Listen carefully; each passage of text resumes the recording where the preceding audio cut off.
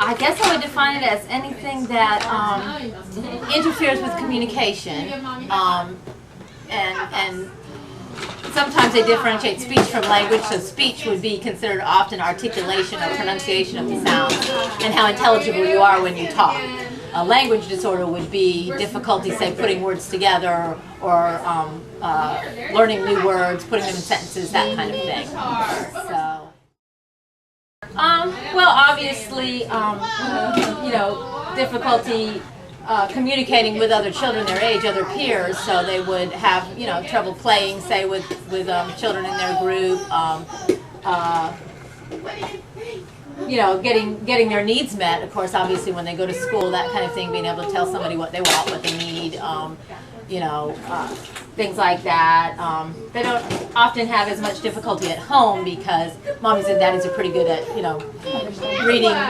reading their minds and that kind of thing. But, at school would be probably the biggest issue because you'd have trouble with your playmates and trouble with your teachers, that kind of thing. Well, again, if you're differentiating speech from language, speech we often do, a lot of repetition and drill work. You pick a certain sound that is appropriate for that child's, say, developmental age, one that they should be able to make at this age. Obviously, you don't want to pick one that's a later developing sound that they wouldn't even be making yet. And then you find simple words that start with that sound or end with that sound, or even have it in the middle, depending on the child's difficulty with that sound. And you just practice over and over and over. We repeat them in words, then we repeat them in phrases, then we repeat them in sentences, and then we see if that has generalized into conversation. Okay. So, then you just pick another sound and we just keep cycling through. So it's a kind of a lot of drill when you're talking about speech and articulation. Well, that one's kind of a tricky one if I stick with just speech. I mean, obviously making the other classmates aware of the sound that the child is having trouble making and what they use as a substitution so that the other children will have an easier time understanding. And if it's a language issue, then a lot of times they add other augmentative or alternative things to help, like pictures, devices that talk for them. Some kids will use some sign language to augment what they can say. And I think generally educating the other children in the class is always a good thing so that they can kind of help them. Well, articulation-wise, we a lot of times have a lot of children with what's called developmental apraxia, which is an incoordination of muscle movement, and so they often are difficult to understand.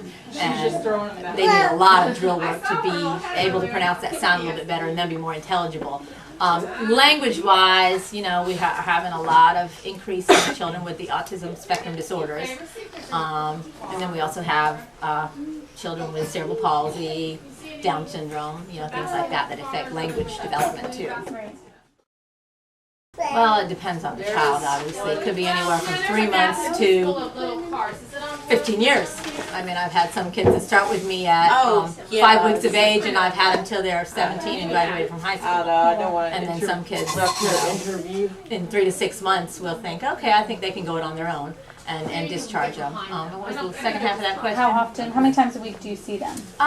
Usually twice a week. Twice a week for half-an-hour sessions. But more is always nice, but you have issues with who's funding all that. 2. Although we can see them all the way up to 18. Okay. And I can start as young as, I've started with a 4 or 5 week old baby. And that's usually feeding things, trouble sucking, swallowing, using a bottle, that kind of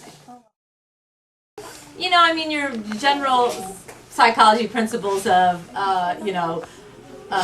conditioned response and reward kind of a thing, but, I'm usually tempting them to communicate, and obviously when they do communicate using some form of symbol, whether it be a sign, a picture symbol, a word, then they get the reward of that thing that they just communicated for. So it's very, it's real child-oriented, and it's very naturally reinforced. I mean, you get what you've asked for, you get what you talked about, that kind of thing.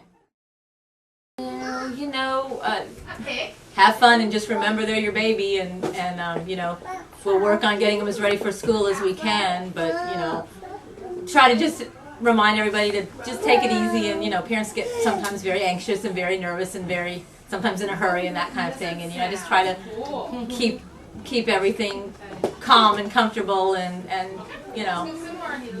let's just enjoy them as they are, and work on adding some things to their skills, that kind of thing.